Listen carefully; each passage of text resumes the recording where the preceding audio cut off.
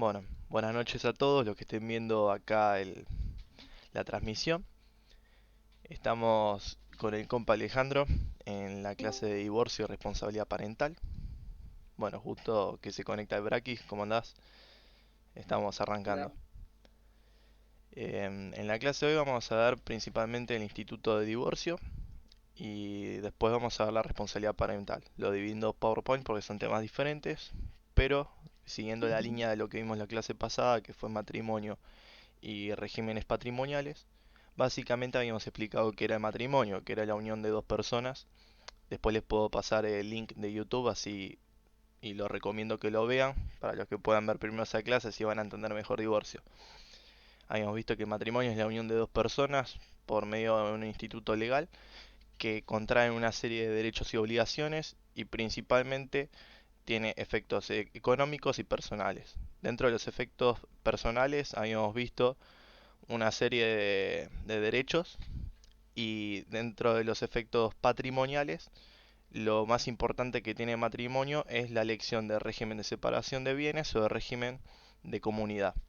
Esto no, tal vez no entiendan nada porque lo explicamos muy a profundidad en la clase anterior, así que después si quieren, les interesa, lean, escuchen esos videos para entender más que nada la división de régimen con el divorcio. Pero ¿qué pasa? Dos personas se unen por medio de matrimonio y con el divorcio es todo lo contrario, es una causal de disolución. Una de las causales de disolución del matrimonio era la muerte, la ausencia con presunción de fallecimiento y el divorcio. Hoy vamos a ver exclusivamente el divorcio. Es una forma de terminar el matrimonio. Bueno, arrancando con el divorcio.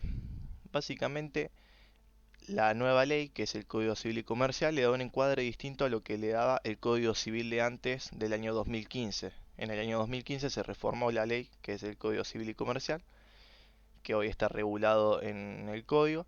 Y antes había una diferencia con el divorcio.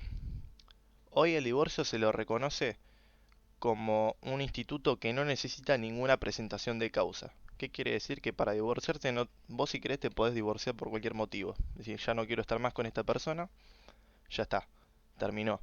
Antes tenías que justificar el por qué te divorciabas, hasta antes del año 2015. Y bueno, y además ese es lo más principal, el cambio más importante que tuvo el nuevo código. También la nueva ley, que se la voy a dejar a mano por si quieren tenerla. Esperen que busco Código Civil y Comercial de la Nación. Siempre dejo el link. Esta ley regula todo básicamente, es la ley más importante que tenemos en Argentina porque engloba todas las relaciones jurídicas, comerciales y civiles. Bueno, el divorcio lo van a tener más o menos por el artículo 430, si no me equivoco, a ver cuál era. Eh, sí, me parece que andaba por el 400 y pico. Después, si encuentro un artículo, les digo. Bueno, del divorcio, hoy, para el momento de, digo, bueno, ya no quiero estar más en matrimonio, hay dos formas. Tenemos divorcio por presentación conjunta o por voluntad unilateral de un cónyuge. ¿Qué quiere decir? Que hay una forma que es más rápida, en donde digo, bueno, yo me quiero divorciar, pero la otra persona no. No hace falta que los dos estén de acuerdo, con que uno solo esté de acuerdo, presente ante un juez una presentación, que es lo que vamos a ver ahora, de la voluntad de divorciarte, ya te puedes divorciar. O la otra opción es que los dos en mutuo acuerdo, o sea, se pongan en común, diciendo, che, nos vamos a divorciar, esa es otra forma válida. No hay que esperar un plazo mínimo desde que se celebra el matrimonio para divorciarse, cosa que antes con el Código Civil sí. Antes cuando te casabas no es que al día siguiente ya te podías divorciar porque querías. Hoy si querés lo puedes hacer. Te puedes casar y divorciar al día siguiente. Y bueno, su primer divorcio causado es que hoy para divorciarte no necesitas presentar ninguna causa. Proceso de divorcio acá está. En el artículo que les pasé, que es el Código Civil y Comercial, la ley 26.994, en el artículo 436 comienza la regulación de divorcio. El primer artículo habla de la nulidad de la renuncia. Es nula cualquier cláusula que pongan los cónyuges sobre la facultad de pedir el divorcio. ¿Qué quiere decir? Es que cuando al momento de casarse dicen, bueno, al momento de casarnos vamos a prometer que nunca nos podemos divorciar, eso es nulo. No se puede poner ninguna cláusula o ninguna En ninguna parte se puede escribir que no te puedes divorciar. Sí o sí, cualquiera de los dos cónyuges tiene la libertad de divorciarse cuando quieran. ¿Ves? El pacto o cláusula que restringe la facultad de solicitarlo se tiene por no escrito. Si existe una cláusula de ese estilo, se tiene como que no existe. Expresamente se consagra la imposibilidad de que los cónyuges puedan acordar o convenir la indisolubilidad del matrimonio. O sea, no pueden decir, vamos a ser felices para siempre, por así decirlo. Los dos tienen derecho a divorciarse cuando quieran. Yo cada tanto voy mirando el chat, si hay preguntas, vamos bien. Proceso de divorcio. ¿Cuáles son los requisitos para divorciarte? Para divorciar a una persona requiere una sentencia judicial, o sea, ir al poder judicial ante un juez y que éste dicte una resolución. No se puede ir a un escribano, a un juez de paz. Tiene que ser un juez el que dicte el divorcio. Necesitas o una petición de común acuerdo o una petición unilateral, que es lo que ya hablamos. Lo puede pedir una sola persona, uno de los dos.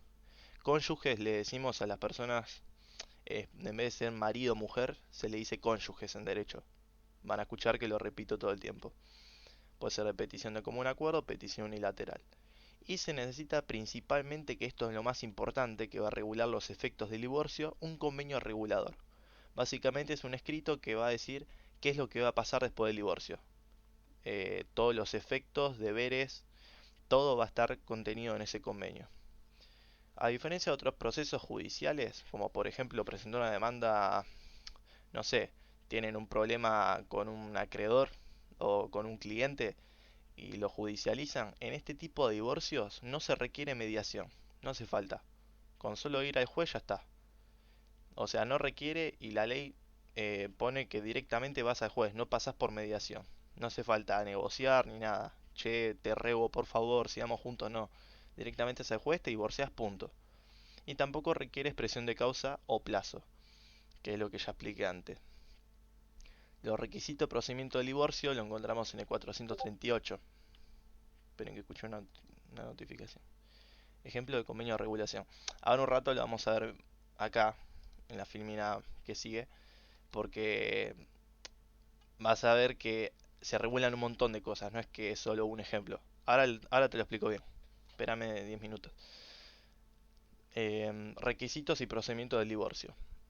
Para presentar, o sea, algo que es obligatorio al divorciarnos, ya dijimos que es el convenio regulador. Si se omite, o sea, si no se presenta, impide dar trámite a la petición. No te podés divorciar sin presentar un convenio regulador. Si el divorcio es unilateral, el otro puede ofrecer una propuesta reguladora distinta. Ah, no se va a entender, primero, acá hay algo que estuve mal, es explicar primero qué es convenio regulador y después esto, porque si no va a sonar tonto, pero ahora le van a encontrar el sentido. O sea, si es divorcio unilateral, uno ofrece un convenio y el otro dice, no, ¿sabes qué? No estoy de acuerdo con lo que me presentaste vos. No me gustan estas condiciones. Bueno, presenta otro. Y después el juez negocia y se elige cuál de los dos convenios o se llega a un acuerdo con eso. Las propuestas deben ser evaluadas por el juez, debiendo convocar a los cónyuges a una audiencia. No, no es que cada uno está en la suya, sino que un día dicen, bueno, no llegan a ningún acuerdo, el juez junta a las dos partes a que lleguen a un acuerdo para encontrar el mejor resultado posible. El desacuerdo no impide el dictado de la sentencia de divorcio. ¿Qué quiere decir esto? Los cónyuges no están de acuerdo. Che, yo digo blanco, vos decís negro. Y no llegamos a ningún acuerdo porque no hay ningún gris. Bueno, el juez en principio va a dictar divorcio. No es que va a suspender, bueno, hasta que se pongan de acuerdo, vayan, charlenlo y después vuelven a mí. No. Dicta sentencia de divorcio. Después se negocia. Pero primero se dicta el divorcio. Porque tarde o temprano las partes van a llegar a un acuerdo. Porque la voluntad del momento que vos te querés divorciar es que ya esa relación no la podés ir obligando a que exista. Por eso es lo que prevalece el juez a la voluntad de las partes. ¿Te querés divorciar? Está bien. Vamos a divorciarnos. Pero nada de vuelta atrás después. De poder volver atrás, sí, o sea, de arrepentirte, siempre y cuando lleguen a un acuerdo las dos partes. Pero si uno de los dos se quiere divorciar, el juez va al divorcio. En caso de desacuerdo, o si el convenio regulador perjudica de forma manifiesta los intereses de los integrantes del grupo familiar, estos asuntos pendientes deben ser resueltos por el juez por vía incidental.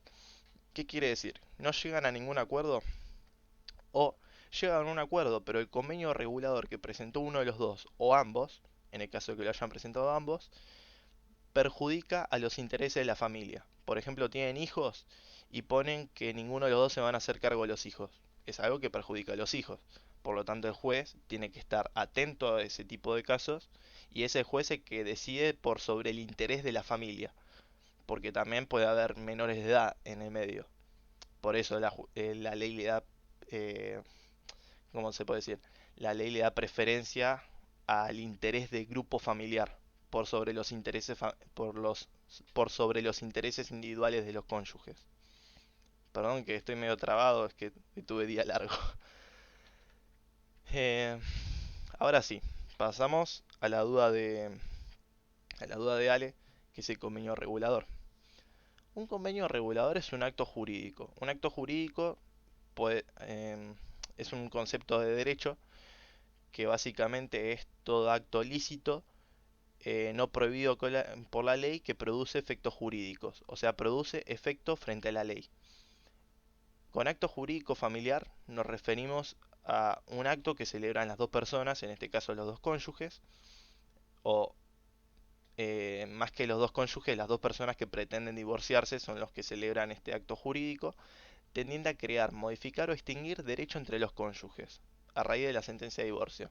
¿Qué quiere decir? Que los dos cónyuges celebran un acto, que se llama convenio regulador, por el cual se van a crear, modificar o extinguir derechos una vez que se divorcian. O sea, venían, por eso les recomiendo ver la clase de matrimonio, que después le voy a pasar el link. Primero tenías una serie de derechos y obligaciones cuando son cónyuges, ahora que están divorciados va a crearse, modificarse o extinguirse todos esos derechos que existían a partir de esta sentencia de divorcio. Y básicamente prevalece la autonomía de la voluntad, o sea, la ley tiene como finalidad que estos excónyuges acuerden sobre los efectos o consecuencias jurídicas que trae la disolución de su relación, básicamente. No es que la ley te dice, bueno, va a pasar esto, esto, esto, no. La ley le da la libertad a las partes a que elijan cómo va a ser la disolución de su relación. Y básicamente prevalece la autonomía de las partes de decir, bueno, yo quiero, eh, por ejemplo, el régimen de convivencia. Ahora vamos a verlo bien. Miren, el convenio regular tiene estos ítems. Por eso quiero explicarlo bien, ya que estamos viéndolo bien preciso. Acá dice, ¿ves? Tienen como finalidad que los cónyuges acuerden sobre los efectos o consecuencias jurídicas que trae la disolución del vínculo matrimonial por causal de divorcio. Y contempla las cuestiones enumeradas en el artículo 439. De paso les enseño cómo buscar, que esto está muy bueno saberlo. Para los que nunca abrieron el Código Civil, esta es la ley, el link. Vamos a ir al artículo 439. No importa si están haciendo otra cosa, nomás se los dejo grabado por si un día quieren ver cómo se busca y eso. Efecto de divorcio, convenio regulador. Y acá dice, el contenido del convenio regulador. ¿Qué contiene este acto jurídico que celebran estos dos excónyuges? Dice la ley, el convenio regulador debe contener las cuestiones relativas a la atribución de la vivienda, la distribución de los bienes y las eventuales compensaciones económicas entre los cónyuges. Tal vez hay cosas que no tienen sentido porque parecen chino, ahora le vamos a explicar una por una. Al ejercicio de la responsabilidad parental, en especial la prestación alimentaria. Todo siempre que se den los presupuestos fácticos contemplados en esta sección. Bueno, bla bla bla bla bla. Esto mucho no interesa porque ya te deriva a otras partes del código. Divorcio está relacionado con responsabilidad parental, que es el tema que vamos a ver después, porque primero les explico eso, para que vean qué tiene que ver un tema con otro. Es que en el divorcio, si ellos tienen hijos, por medio de este convenio regulador es que se van a regular cómo va a ser la convivencia una vez que estén divorciados respecto a los hijos menores de edad.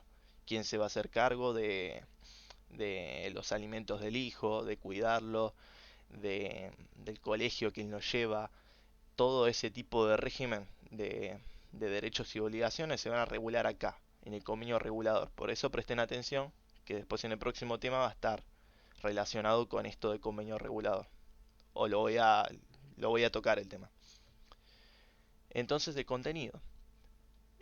Habíamos dicho la cuestión relativa a la atribución de la vivienda, la distribución de los bienes y las eventuales compensaciones entre los cónyuges, el ejercicio de la responsabilidad parental, el cuidado personal de los hijos, el régimen de comunicación, alimentos y otras obligaciones, y otras cuestiones de interés de los cónyuges. O sea, en principio la ley te dice que regules estos tres primeros. La atribución de la vivienda, distribución de los bienes y eventuales compensaciones, la responsabilidad parental. Y si quieren agregar más cosas que no son contempladas en esos tres ítems, pueden hacerlo. Pero en principio la ley te obliga a que trates esos tres temas en el convenio regulador. Ahora sí, vamos uno por uno. ¿Qué significa cada ítem? Atribución de la vivienda lo tenemos desde el artículo 443 en adelante. Acá, atribución de la vivienda y siguientes. Atribución de la vivienda significa quién va a tener, o sea, como dice la palabra, la atribución de la vivienda, o sea, los dos cónyuges viven en una casa, en principio, sea alquilada, propia de uno de los dos o compartida por ambos.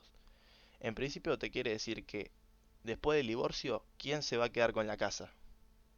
Por así decirlo, básicamente se refiere a eso, por cuánto tiempo se va a quedar y cuál es la extensión de ese derecho, o sea, qué derecho va a tener sobre esa casa, qué no.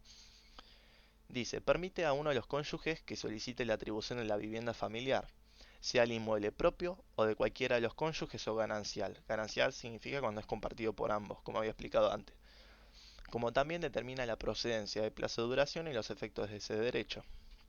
La atribución tiene su fundamento en el deber de solidaridad y protección al cónyuge más vulnerado, estableciendo pautas en sus cuatro incisos. Bueno, básicamente se refiere con una vez que se divorcian, había una sola casa en común. ¿Quién va a seguir viviendo en esa casa? ¿Quién es el que se va a tener que ir? ¿Por cuánto tiempo va a quedarse dentro de esa casa? ¿Y qué va a pasar con la otra persona que queda desamparada del techo? Y la ley, ¿por qué tiene este instituto? Por el principio de solidaridad. Desde el momento que se casaron, la ley los puso en un régimen de solidaridad, de un deber asistencia mutuo, que esto lo trabajamos muy a detalle en la clase anterior, de matrimonio, donde básicamente los cónyuges se den protección uno al otro. Ahora como se están divorciando, si bien cada uno quiere estar por su camino porque ya se disuelve el régimen matrimonial, la ley sigue dando un cierto grado de protección a estos cónyuges. Por más que estén divorciados, no puede dejar desamparado a uno en pos de,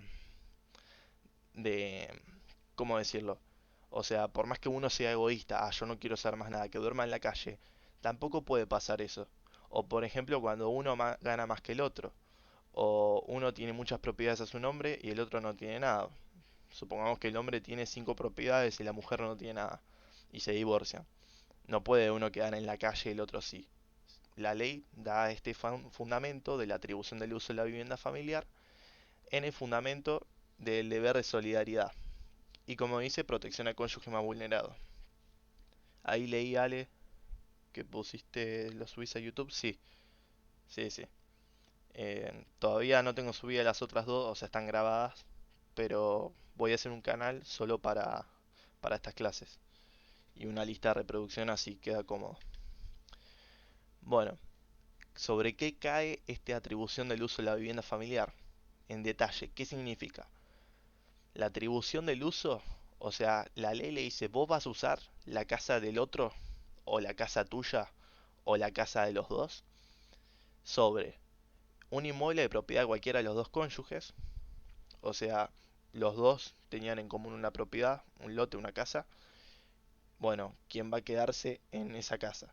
Por más que, y esto no sé cómo explicarlo a los que están en la clase porque lo vimos muy a detalle la clase pasada, que tienen que entender el régimen de separación o comunidad, por más que esa casa se haya dividido 50-50 una vez que se divorcian, porque se disolvió el régimen de comunidad de matrimonio, por más que esa casa después te divorcia 50-50, uno de los dos tiene derecho a seguir viviendo en esa casa, por más que no le pertenezca esa mitad. Supongamos que esta casa te la quedas vos y este auto te lo quedas vos. Y el otro se quedó sin techo. Bueno, tiene derecho a quedarse en la casa. siempre y cuando se justifique, que ahora vemos. La atribución del uso de la vivienda es por un plazo determinado, no es para siempre, no es que, bueno, me divorcié, no tengo nada a mi nombre y me quedo toda mi vida acá usándole la casa a mi ex marido. No, o a mi ex mujer. Es por un tiempo determinado. Durante ese plazo, el cónyuge beneficiado, o sea, el que tiene la atribución de este uso de la vivienda, tiene que hacer verdaderamente uso de esa vivienda. No puedo usarla para otra cosa. O decir, bueno, me diste la casa, la pongo en alquiler mientras yo vivo en la casa de mi viejo. No, la ley le da el fundamento para que vos realmente vivas ahí. No puede ceder ni transferir este derecho a otra persona. No es que dice, bueno, mira, mi marido o mi mujer me dio esta casa y ¿sabes qué? Se la doy a un amigo, se la alquilo. No, no se puede hacer eso. Es para que vos estés ahí. Con respecto a los efectos que produce, el artículo refiere que el juez debe establecer el pago de una renta compensatoria, el pago de los impuestos, servicios y expensas. ¿Qué quiere decir? Uno está usando la casa y el otro no. Por ejemplo, a uno lo echaron fuera de la casa, está durmiendo bajo la lluvia y el otro no. O ponerle, el marido tiene dos propiedades y la mujer no tiene nada a su nombre. El marido se puede ir a vivir a otra casa porque tiene otro techo y la mujer no. Pero en el caso de que la mujer tenga un ingreso, no es que le va a salir gratis el uso de esto. Siempre y cuando el juez lo justifique, establece una renta compensatoria. O sea, por el uso de esa vivienda familiar, le tiene que pagar una renta a su marido, que es el propietario de la casa. O supongamos que ese bien era mitad y mitad y lo dividieron. Y uno tiene una posición más ventajosa económicamente respecto al otro. El que está en inferioridad le debe una renta compensatoria al otro por el uso de ese techo. También tiene que pagar los impuestos, servicios, despensas. ¿Quién determina todo esto? El juez, según el caso en concreto. El juez siempre busca el resultado de justicia o de equidad. Eso es lo que apunta el sistema normativo. Pautas. ¿Cuáles son las pautas por las cuales el juez le da la atribución de la vivienda a uno de los dos cónyuges? O sea, ¿por qué te da a uno el techo sí y al otro no? El fundamento en que el juez se basa es la persona a quien se atribuye el cuidado de los hijos. Si uno de los dos, o sea, hombre o mujer, que generalmente es la mujer, se dedica al cuidado de los hijos, la preferencia a dar la atribución de la vivienda es a la mujer. O sea, se le va a dar techo a ella y el hombre, bueno, que se busque otra cosa, que se alquile en otro lugar, que vaya a vivir a otro lado. Pero en principio se le da prioridad a quien atribuye el cuidado de los hijos. La persona que está en situación económica más desventajosa para proveerse una vivienda por sus propios medios, quien está en situación de superioridad, no tiene preferencia sobre esta atribución de la vivienda. No sé si cualquier cosa que no entiendan, pregunten porque me doy cuenta que estoy hablando muy técnico por, viste, terminología y conceptos de derecho. Si no entienden, pregunten. No aprovechen que están conectados en llamada. Tal vez también sus preguntas les sirva a los que vean el video después. El estado de salud y edad de los cónyuges. Uno es un viejo de 90 años y la otra es una mujer de 40 que puede trabajar y está en mejor condición. O viceversa, sea el hombre más joven y la mujer más vieja. O que uno tiene una enfermedad y no está en un estadio de inferioridad por esa condición y el otro no. Bueno, es otra pauta de referencia que tiene el juez. Los intereses de otras personas que integran el grupo familiar. Por ejemplo, un tío, una tía. Por el momento entiendo todos los términos. Genial. Buenísimo. Los intereses de otras personas que integran el grupo familiar. Después, bueno, dentro de estas pautas, analizamos una por una. El cuidado de los hijos, básicamente, es que la atribución del uso de la vivienda es lo que expliqué uno por uno. Me había olvidado que había hecho una filmina explicando cada uno. El cuidado de los hijos, quien se dedique a cuidar a los hijos, va a tener preferencia sobre la atribución de la vivienda. ¿Y qué pasa acá? Acá hay algo muy curioso, que está bueno saberlo, es que la atribución de la vivienda corresponde al cónyuge sobre el que recae el cuidado personal de los hijos. Hasta ahí quedó claro. Hijos menores de edad, o sea, de 18 para abajo. De los hijos que tienen más de 18 años y que no se independizaron, que siguen viviendo con los padres, hasta los 21 tienen derecho, o sea, los padres tienen la obligación de seguir cuidándolos, pero tienen obligación de cuidar hasta los hijos de 25, entre 21 y 25 años, siempre y cuando estudien una carrera, o sea, no estén trabajando, pero estén en curso de estudios. No sé si me explico, por ejemplo, ustedes están en la universidad, bueno, tienen derecho a seguir viviendo. Por lo tanto, supónganse que ustedes tienen padres separados y viven con su mamá. Y el papá le dice, bueno, ya los hijos tienen más de 18, ya son mayores. Bueno, hasta los 25 años, siempre y cuando ustedes estudien, su mamá tiene derecho a tener la atribución de la casa por sobre el papá. No sé si se entiende bien. Pero, o sea, la ley le da preferencia a estos entre 21 y 25 años, en que si bien ya sos adulto, podés tener obligaciones como por ejemplo estudio universitario o una carga que te implique una demanda de tiempo que no puedas tener un trabajo tan con tantos o sea, si vos estudias y trabajás no vas a tener una jornada de 12 horas y no vas a tener el ingreso de alguien que trabaja 12 horas porque trabajas menos horas. No sé si se entiende el punto de la ley que quiere llevar. O mismo si los hijos son mayores de edad pero son incapaces, tienen una discapacidad mental, lo mismo. Siempre y cuando uno de los dos padres sea a cargo de esos hijos, sean de 18, entre 21, 25 e incapaces, tienen preferencia por sobre la atribución de la vivienda. La situación económica es ventajosa para proveerse una vivienda. El juez evalúa la actividad laboral, profesional o empresarial, como también la actividad dentro del inmueble, la contribución de uno de los cónyuges hizo la formación profesional del otro. Por ejemplo, uno le pagó la carrera universitaria al otro en una universidad privada.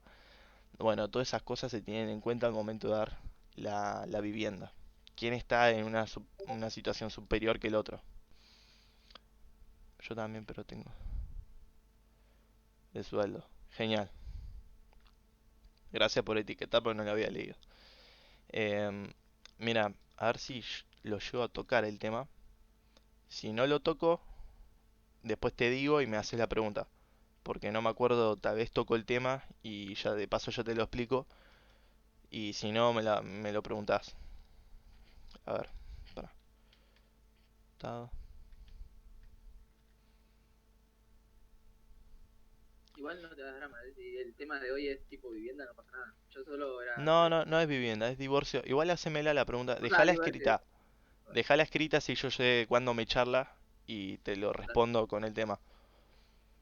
Más que nada para ver si es de la clase anterior y igualmente te lo explico de todas formas. Pero, pero quiero saber a ver si lo puedo relacionar con un tema y queda mejor para la clase.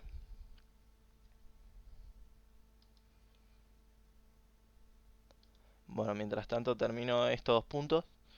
También tiene en cuenta el estado de salud y edad de los cónyuges. Debe considerar el estado de salud de uno de ambos cónyuges al momento del divorcio. El uso... Bueno, básicamente el juez, estaba leyendo, perdón. El juez se fija en quién tiene mayor vulnerabilidad respecto al otro.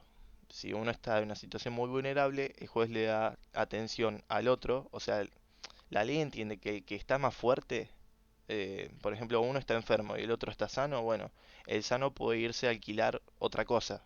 Y el enfermo tiene prioridad sobre esa vivienda sobre la cual estaban viviendo. Y la ley protege siempre a la persona más vulnerable en, a diferencia del que está en mejor estado. Ah, estaba viendo a ver la pregunta.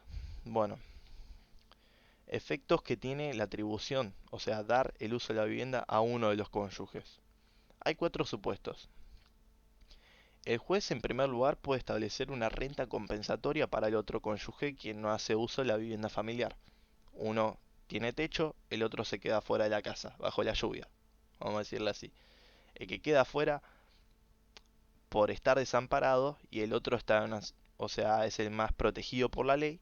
Sí, la ley te protege, pero el otro no es que te lavas las manos, le usás la casa y lo dejas dormir afuera.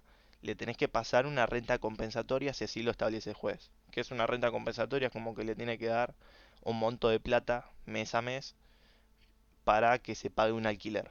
O por lo menos que le alcance a pagar la mitad de un alquiler. Como que sea un aporte, una ayuda y no dejarlo tirado bajo la lluvia. Su fundamento radica en la limitación de uso y goce que sufre el otro cónyuge. O sea, uno usa y goza la casa, el otro no. Por eso la ley le da la protección al desamparado. Como que es un balance. Entiendan que la ley entiende como si fuera una balanza entre el más vulnerable, el más desprotegido, el que resultó más beneficiado por resultado de la ley. Como que tiene en cuenta un montón de cosas. También el efecto de la atribución del uso de la vivienda es que se puede llevar a cabo un acuerdo expreso para enajenar la vivienda. Por ejemplo, se divorcian. Tenían una casa los dos a su nombre. Se divide mitad a mitad, porque se disuelve el régimen de comunidad. Si uno de los dos, que es el que está viviendo, que le dieron la atribución de uso de la vivienda, quiere vender la casa, o el otro, por ejemplo, el que se quedó fuera de la casa, que le dicen, bueno, vos te quedas afuera, tu mujer tiene que cuidar a los hijos, ella se va a quedar con la casa y vos buscate alquilar algo, y supongamos que es hombre, ¿no? Y que es el hombre el que quiere vender la casa, che, mirá, yo sabes qué, me salió un negocio, necesito la plata, voy a vender la casa. Perdón, pero te tenés que ir a otro lado. Si querés vender la propiedad sobre la cual está haciendo la atribución de uso el otro cónyuge, necesitan llevar a cabo un acuerdo expreso. Sin acuerdo expreso, o sea, con la voluntad de uno solo de querer vender, no alcanza. Necesitan llegar a un acuerdo, bueno, vamos a vender, y tiene que ser con tiempo, obviamente, ese acuerdo. No es que puedes vender de un día para el otro. Tienes que avisarle con tiempo tus intenciones y bueno, y se lleva a cabo. Caso que la vivienda familiar sea alquilada. Supongamos que los dos cónyuges no tenían nada a su nombre, estaban alquilando. Y uno de los dos se va afuera porque se divorcian, no se quieren ver más. Uno se va afuera de la casa, el otro se queda. En el caso de que sea alquilada, prevé la ley que el cónyuge no locatario, o sea, el que no está alquilando, el que está fuera de la casa, no, no, perdón, voy de vuelta. Alquilan, se divorcian y uno queda afuera. El que sigue alquilando, la ley prevé que continúe en la vivienda con el uso exclusivo. Y el otro cónyuge, si... Para, amigo, robalo que... Dale, ahí a mí me dedico y lo leo. Termino la idea esta y lo leo. El que sigue alquilando va a seguir viviendo en esa casa. ¿Y quién va a pagar el alquiler? Porque si el juez te da la atribución de la vivienda familiar, es porque no estás en una situación de desprotección, sos el más vulnerable y no tenés plata para pagar el alquiler. Bueno, el que va a seguir pagando el alquiler y tiene la obligación de pagarte el alquiler es el otro cónyuge. Un ejemplo, hombre-mujer se divorcian, el hombre se va a la casa alquilada que estaban alquilando juntos, la mujer sigue alquilando ahí. La mujer no tiene plata o tiene una discapacidad mental. Bueno, el hombre va a ser quien le tiene que pagar mes a mes el alquiler a su ex mujer. Eso es lo que se refiere la ley. Debiendo al otro cónyuge continuar con el cumplimiento de su obligación contractual frente al locador, o sea, frente al propietario de esa casa, alguien le va a tener que pagar el alquiler. Va a ser el que esté en mejor condición. Como puse yo acá, alquilaban y uno de los dos pagaba. Se divorcian. Se trata del supuesto de quien se va de la casa es quien tiene que pagar el alquiler, debe seguir pagando al propietario de la propiedad. Es básicamente lo que expliqué, ese ejemplo. A ver, ahora voy a leer la pregunta. Locatario, locador locatario, ¿viste cuando hablamos de contrato de alquiler? Que hablamos el inquilino. Bueno, el inquilino en derecho se llama locatario. Locador es quien tiene la propiedad y la pone en alquiler. El inquilino, que es el que alquila, es el locatario. En ese caso, el exmarido tendrá que pagar el alquiler por un tiempo indeterminado o tiene un tiempo estimado. Y depende del caso. Si te digo que la mujer tenía una discapacidad mental y no va a poder nunca pagar porque es una discapacidad permanente por toda su vida, bueno, le va a tener que pagar por toda su vida el alquiler. ¿Entendés?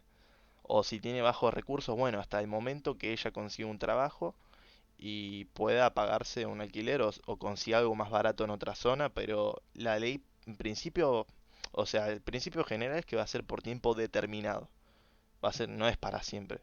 Pero si la situación se da y no tiene recursos, bueno, es así, a veces se da. No, no te pueden dejar en la calle así porque sí.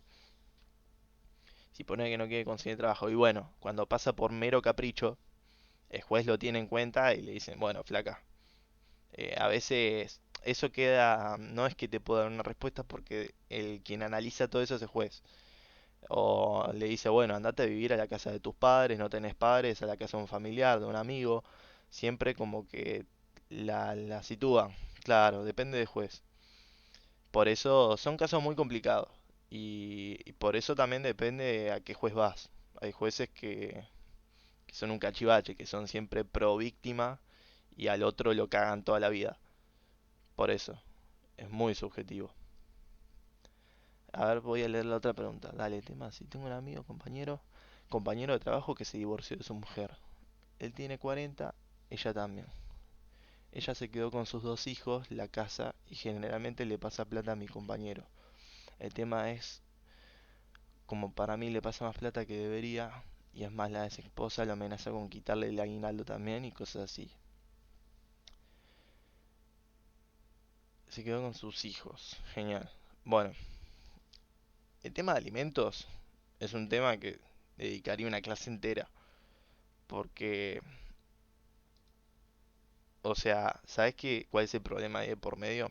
Es que hay hijos. Y cuando hay hijos de por medio, el juez siempre, bueno, la ley considera que los alimentos no son para la mujer, son para los hijos realmente. Por ejemplo, vos te divorciás y le debes una cuota alimentaria de 200.000 a tu expareja, esas 200 lucas no son para tu mujer, por más que se la des a ella a mano, son para tus hijos.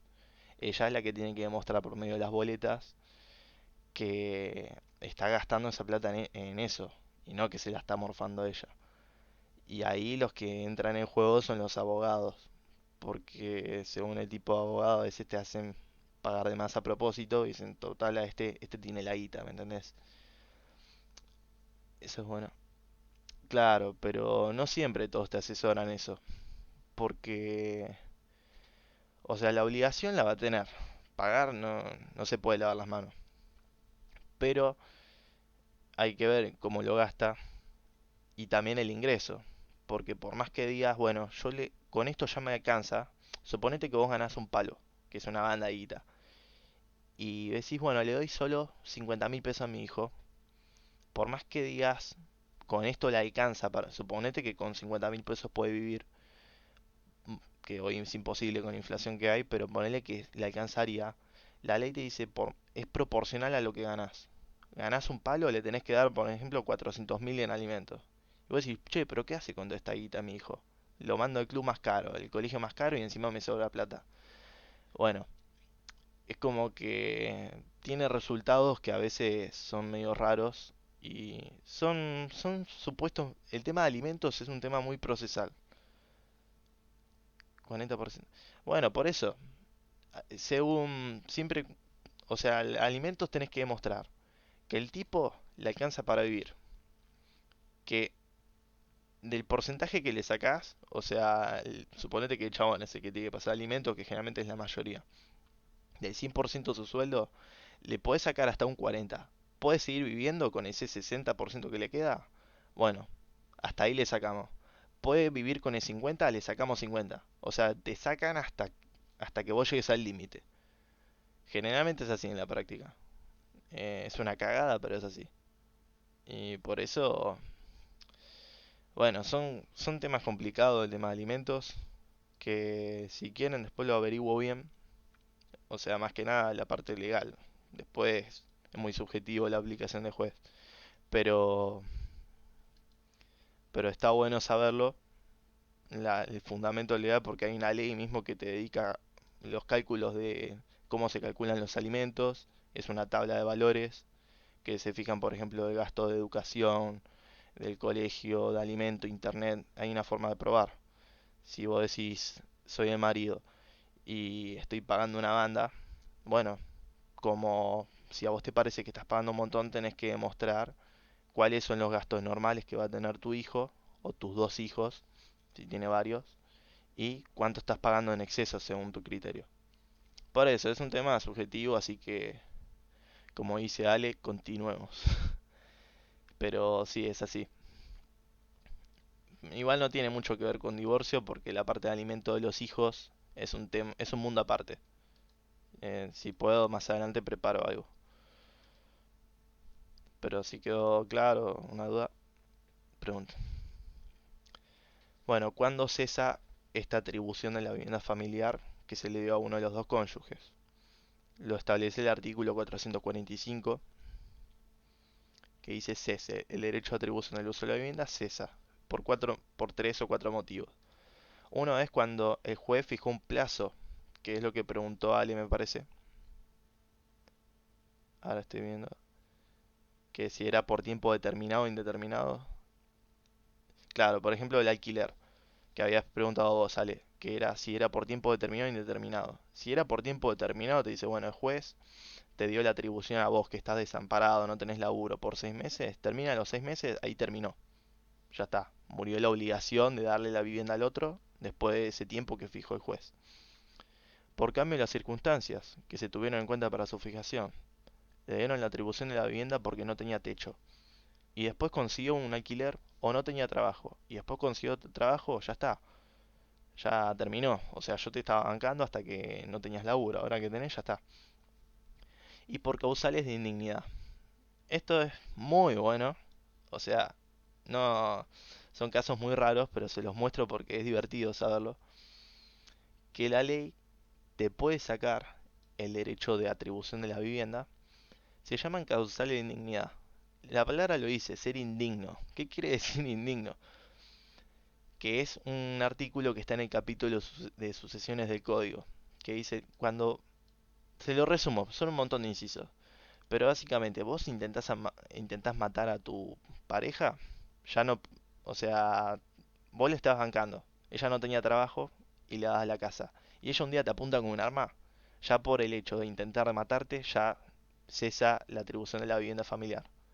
Te intentó matar o incluso si te mató, ya está, cesó la atribución de la vivienda. Los que hayan maltratado gravemente al otro, por ejemplo, te pegaba, listo, vos me pegaste, ya está, no te doy más la vivienda familiar. Los que acusaron o denunciaron al... Bueno, acá dice causante porque es un artículo de sucesiones, pero aplica para estos casos. Te denuncian por un delito penal, bueno, vos me denunciás, bien, pero yo no te voy a seguir dando la atribución de mi vivienda. Y son un montón de motivos. Si quieren léalo, es el 2281. No es muy importante, pero es divertido comentarlo. Em, bueno, y entonces son estas las causas por las cuales cesa la vivienda familiar. Después habíamos visto acá que este convenio regulador, todo lo que vimos hasta recién es la atribución de la vivienda.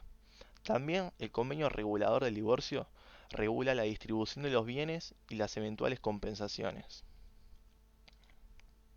La distribución de los bienes quiere decir que una vez que vos te divorciás, cesa el régimen de comunidad o de separación de bienes que tenían durante el matrimonio.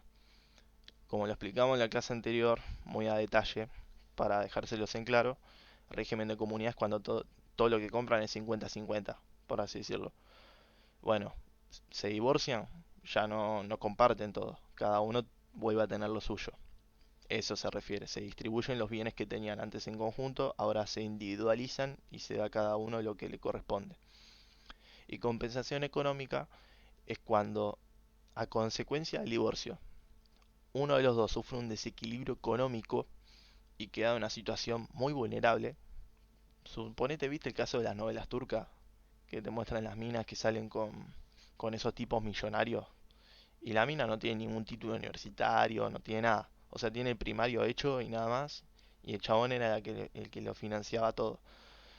Bueno, en ese caso se divorcian, y para no quedar desprotegida, la mina una vez que se divorcia puede pedir una compensación económica a su excónyuge. Porque por este desequilibrio económico producto del divorcio. Puede consistir en una prestación única, o sea, un pago de una única vez, toma, te doy $10.000, arreglate con eso, en una renta por tiempo determinado. Bueno, te voy pagando mes a mes, como si fuera lo que habíamos visto antes, Se llama compensación económica, le pagas mes a mes como si fuera un alquiler. Por tiempo determinado, el juez te dice, bueno, por 6 meses le va a tener que pagar, o por tiempo indeterminado, que es la excepción. ¿Qué profesión? No, yo soy estudiante y trabajo en taller de estampa, pero, pero bueno, ahora estoy estudiando abogacía y por eso. No, me falta poco para recibirme, por eso el tema de derecho de familia ya lo tengo estudiado. Es una materia de último año. Procedencia y monto de la compensación. La ley fija cuál es, o sea, cómo se fija esta compensación, según el estado patrimonial de cada uno de los cónyuges al inicio y al terminar la vida matrimonial.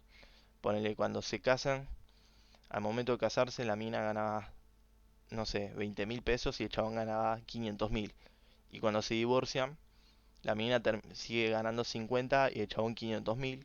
Bueno, se da preferencia de la compensación económica, el que más tiene al que menos tiene. La dedicación que cada cónyuge brindó a la familia y a la crianza y educación de los hijos. Suponete que la mujer se dedicó a criar, no trabajó, y el hombre a trabajar. Al momento de divorciarse, la mujer no va a tener una fuente de ingreso. En ese caso, el hombre le debe una compensación económica por un determinado tiempo o por la excepción que fija la ley por tiempo indeterminado, por, porque se considera que la dedicación a la familia y a la crianza y educación de los hijos es una tarea tan importante que merece una compensación económica. La edad y el estado de salud de los cónyuges, uno es viejo o uno está enfermo, tiene preferencia que le den una compensación económica por sobre el más sano y el más joven. La capacitación laboral, uno tiene trabajo, el otro no, o la posibilidad de acceder a un empleo. Uno tiene 5 títulos universitarios, el otro no tiene nada, tiene primario recién terminado. La colaboración prestada a las actividades mercantiles, suponete que el chabón tenía una empresa y la mina lo ayudaba en la empresa del tipo. Bueno, como lo ayudaba en su actividad mercantil o en su actividad profesional, si bien la mina no tenía un laburo porque nomás lo ayudaba, merece una compensación económica después del divorcio por toda esa colaboración prestada. Y también se fija en la atribución de la vivienda familiar, o sea, te dan compensación económica eh, generalmente al que no tiene la atribución de la vivienda familiar. Es lo que explicamos antes, el que queda bajo techo, el que se queda con la casa le debe una compensación al otro. Como que la ley te da un ida-vuelta trata de que ninguno de los dos quede desamparado. ¿Cuál es el plazo de caducidad para reclamar esta compensación? Desde que se dictó la sentencia de divorcio, tenés 6 meses para pedir esta compensación económica. Si te causa un desequilibrio el hecho de divorciarte, que es lo que explicamos hasta recién. Esto es interesante, vos te divorciás, decís ya no sé más nada de la otra persona. Mentira. Vos te divorciás y suponete que hasta antes de divorciarte, tu pareja tenía una enfermedad muy grave que le impedía trabajar. Se divorcian, queda desamparada esa persona, vos le debes una cuota alimentaria, como si fuera un hijo. O sea, le deben alimentos al otro cónyuge que está con esa enfermedad grave, que le impide autosustentarse. Y también se debe alimentos a quien no tiene recursos propios ni suficientes. O sea, una vez te divorcias, uno de los dos no tiene laburo, bueno, le debe alimentos hasta que se consiga un trabajo. Y después caemos en lo que habían preguntado, ¿y qué pasa si no consigue trabajo? Bueno, son casos que son muy subjetivas según el juez, la solución. ¿Cuáles los límites a estos alimentos? No puede tener, o sea, no le puedes dar alimentos por mayor tiempo del que duró el matrimonio. Suponete que estuvieron casados 3 años, se divorcian, vos no le puedes dar alimentos por 20 años. Como máximo le puedes dar 3, lo que duró el matrimonio. Es lógica. Y tampoco le das alimentos quien ya recibió una compensación económica, que es lo que vimos en el 442. Es cuando uno sufre el desequilibrio. A vos te dan una compensación económica y además querés tener alimentos para un poco. Tampoco es que es millonario el otro. ¿Qué tiene en cuenta el juez para fijar la obligación de alimentos? La edad, estado de salud, la capacitación laboral y posibilidad de acceder a un empleo y la atribución de la vivienda familiar. ¿Cuándo cesa la prestación alimentaria? cuando desaparece la causa que motivó la prestación de alimentos, cuando el alimentado contrae un matrimonio o una unión convivencial. Vos le das alimentos a tu ex cónyuge que estaba con una enfermedad grave y se casa con otra persona. Del momento que se casa con otra persona, vos ya no tenés la obligación de seguirle dando alimentos, que se lo pague el otro. Y el cónyuge alimentado incurre en una causal indignidad, que era este artículo curioso que les dije. Por ejemplo, te intenta matar. Te intenta matar, ya no le debes alimentos.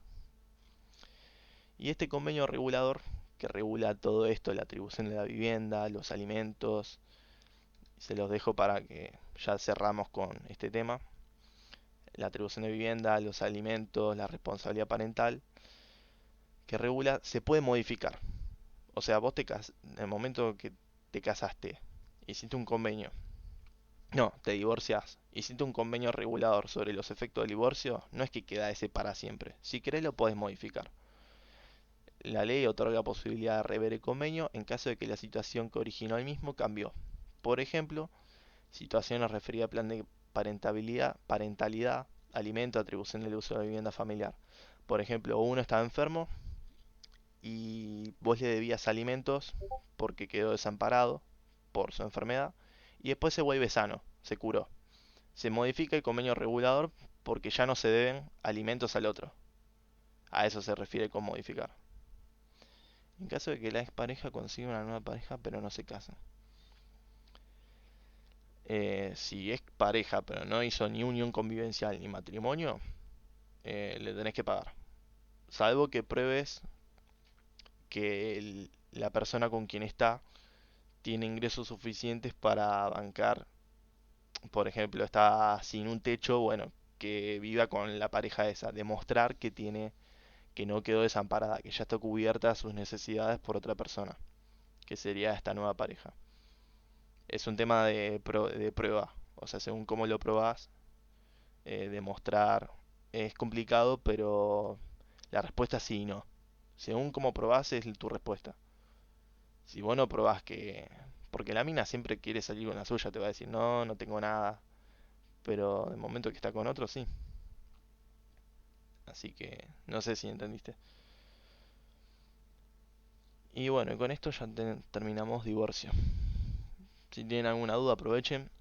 Así voy arrancando ya con el otro. Que mañana encima voy a entrenar con los compas. Y este es larguito, pero pasa rápido. Responsabilidad parental. Si no tienen duda, arranco con este. Genial. Responsabilidad parental. Primero piensen en qué significa. Responsabilidad de los padres. Parental padre, responsabilidad. Son las obligaciones. Ese conjunto de deberes y derechos que corresponden a los progenitores sobre la persona y bienes de los hijos. Persona, o sea, la responsabilidad que tenés sobre la persona de tu hijo y los bienes que tiene. Por ejemplo, la computadora, los útiles escolares, todo. Se refiere a la responsabilidad en todo su sentido, para su protección, desarrollo y formación integral mientras sea menor de edad, hasta los 18 años, 21 si sigue viviendo con los padres y 25 si tiene estudios universitarios. Hasta ahí se extiende la responsabilidad parental. Del 638 en adelante el artículo. Lo dejamos por si hace falta revisarlo. Me lo dejo acá. Acá. Principios generales de responsabilidad parental. Por si quieren leerlo, un día que están al pedo en el bondi, se abren la ley y pueden leerlo. Interpretación. Bueno, el artículo es una norma que, según la interpretación, podemos sacar un montón de cosas. El sujeto de interés de la responsabilidad parental, ¿quién importa? Son los niños, niñas y adolescentes. No importan más los padres, sino que importa, se centra en la integridad del hijo, el cuidado del hijo. Antes, años atrás, antes de 2015, con el Código Civil viejo, se hablaba de la patria potestad, que tal vez lo escucharon, que era básicamente que el padre dentro de una casa tenía la potestad sobre la persona e integridad de sus hijos. Hoy ya no se habla más. La palabra potestad desapareció. Si la escuchan hablar, es alguien que se quedó en el tiempo, que habla de una ley que ya está derogada, que es el Código Civil viejo. Hoy se habla de responsabilidad, que responsabilidad es mucho más amplio que patria potestad. Patria potestad era algo más, considerar al hijo como un objeto, como es propiedad mía. Hoy se entiende responsabilidad con que uno es responsable sobre la persona independiente, o sea, el hijo se considera que con el tiempo que va creciendo tiene autonomía, por lo tanto uno es padre, uno como padre es responsable de su hijo y tiene que ir respetando su autonomía mientras va creciendo. Por ejemplo, que va a tomarse colectivo solo, tiene que permitirle la libertad. Se habla de responsabilidad, ejercicio de derechos y deberes en cabeza de ambos progenitores. Estos derechos y deberes sobre la persona que viene de los hijos refiere a la asistencia y protección de los progenitores en razón de las necesidades de los menores. O sea, se busca que los padres busquen satisfacer las necesidades que tienen los hijos. Por eso ese es el fundamento de asistir y proteger a los menores de edad. Responsabilidad parental es un conjunto de facultades y deberes. Y bueno, acá les dejo, es un poco el fundamento que seguimos hablando. Se funda en el respeto de la dignidad del menor de edad, la libertad, igualdad y solidaridad. Son los principios que fundamentan esta norma. Los sujetos de la relación son los progenitores, que son los titulares que tienen este derecho y esta obligación de ejercer la responsabilidad parental. No se pueden desligar de esta obligación, sino que en el momento que vos tenés un hijo, ya tenés ligado desde ese primer momento esta obligación, que es la responsabilidad parental. La finalidad es satisfacer las necesidades del hijo vinculadas a su alimentación, educación, salud, recreación, desarrollo social. Son un montón de cosas, no estamos hablando de solo un elemento. Es un derecho y un deber, la responsabilidad parental. Y el principal fin es proteger y formar integralmente a los hijos. Y bueno, seguimos hablando de lo mismo, en la educación, de que pueda asistir a un colegio, acompañamiento, no estar ausente, fijar los límites al hijo, de que tampoco quede en el libre albedrío, enseñarle qué es lo bueno, qué es lo malo, para su pleno desarrollo. ¿Desde cuándo o sea, la ley establece un plazo por el que se ejerce la responsabilidad parental? Sí y no. O sea, la responsabilidad parental se ejerce desde que existe, desde la concepción, queda embarazada la mujer, a partir de ahí ya empieza la obligación esta de la responsabilidad parental. Subsiste mientras sea menor de edad, por lo menos hasta los 18 años, y no esté emancipado. Emancipado es cuando se casa siendo menor de edad. Por ejemplo, se casa con 16, que en Argentina no pasa nunca, pero en otros países es normal eso. La responsabilidad parental se rige por los siguientes principios. En principio, este es fundamental que lo entiendan, el interés superior del niño. Siempre prevalece la opinión que dice el niño, niña, adolescente por sobre la opinión del adulto. Y si bien un nene de 4 años no es la misma la opinión de un chico de 4 años que uno de 10, que uno de 16, porque tienen distinta madurez, la ley le respeta mucho la opinión y el interés que tenga el menor. Por ejemplo, el menor no tiene ganas de hacer algo y la ley le da preferencia a eso por sobre la obligación de los padres, salvo que sea por el cuidado del hijo. Por ejemplo, el hijo dice, quiero tener un arma.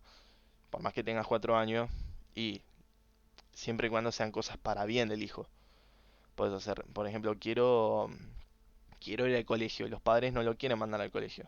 Hay muchos casos en los pueblos rurales que no tienen para mandarlo a un colegio, y la educación en Argentina es pública, tienen la obligación de mandarlo a un colegio primario y secundario, los padres, porque se respeta el interés superior del niño. En cambio, si el chico dice no quiero ir al colegio, por más que no quiera, en principio tienen que insistir, porque es una obligación la educación. Se respeta la autonomía progresiva del hijo. ¿Qué quiere decir? Mientras va creciendo, más autónomo es, empieza a salir a tomar el colectivo, empieza a tener responsabilidades, no sé, son un montón de cosas que se respeta la autonomía de la persona. O sea, ya no depende de ir todo el tiempo atrás de papá y mamá.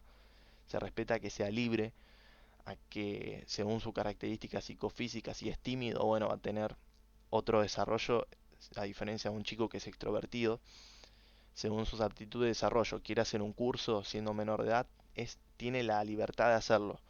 A eso se refiere la autonomía progresiva. y se respeta el derecho del niño a ser oído y a que su opinión sea tenida en cuenta según su edad y grado de madurez. A ver si hay algo en el chat. Ah, que había visto a Ale escribiendo. Genial. Bueno, acá expliqué uno por uno. Esto lo salteo porque es lo que expliqué. El interés superior del niño es satisfacer el derecho de los niños, niñas y adolescentes. Y son derechos que no admiten otra alternativa más que su cumplimiento. Se tiene que cumplir siempre lo que dice el chico.